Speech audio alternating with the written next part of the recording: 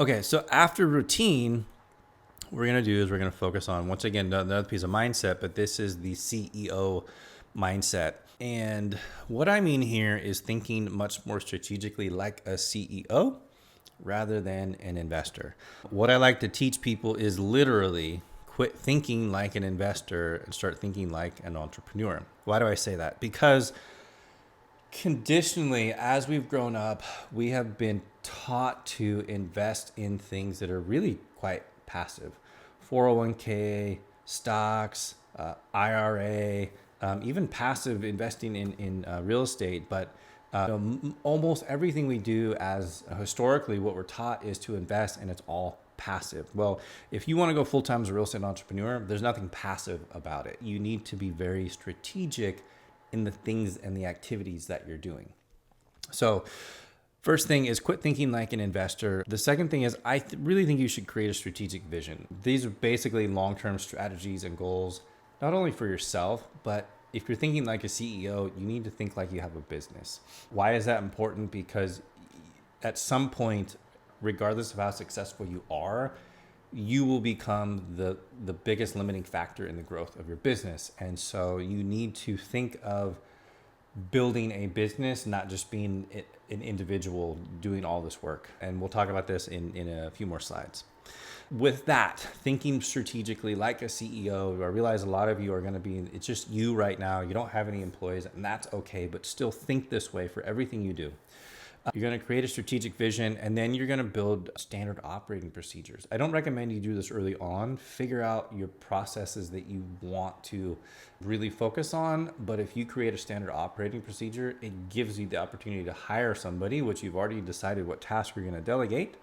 And then you can give them a standard operating procedure, or better yet, have them help you create the standard operating procedure. And then the next bullet here is to focus on key performance indicators. And I've got a slide I'm going to share with you regarding KPIs, or key performance indicators. But the KPIs, or key performance indicators, those basically are the numbers that are going to show you the health of your business. And as a multifamily investor, KPIs are really important when you're running a property. It's the dashboard, if you will, of, like I said, the overall health of your business. And as a multifamily investor, you're actually buying and selling businesses that are apartment complexes. So once again, just quit thinking of yourself just as an investor. You are a CEO, you are an entrepreneur, and you're buying and selling businesses. They just happen to be apartment complexes. But the concepts are universal when it comes to buying and selling businesses. So let's take a look at what some of that looks like. From a standard operating procedure, on the screen, what I've got right here, this is an example of a process that we built out, and one of my VAs, my virtual assistants, has worked on and underwritten hundreds of deals using this. This is a checklist that we built specifically for underwriting deals, and it creates a very consistent, very fast path to underwriting deals. And at any moment, with our process, we have an underwriting database. And someone on the team might be underwriting, and they'll just keep a list of that, and very quickly they can say, this deal is in phase 1, phase 2, phase 3, or phase 4, and I can very quickly know how far along they are in that process. So it's a good example of a standard operating procedure. This is just underwriting is very common amongst multifamily investors. So here's an example of how you can, I won't say quickly and easily, but how taking the time to create a standard operating procedure like this can actually get you a lot of time back and a lot of scalability.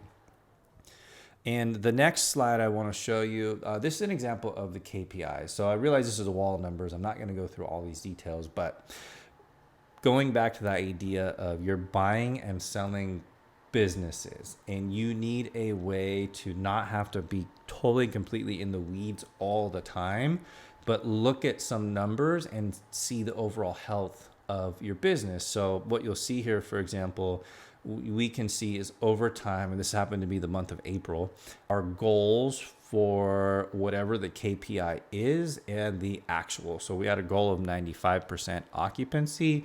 The actual was 87%. But I can also see that we are trending to 90. So that is a good thing as opposed to trending in a negative.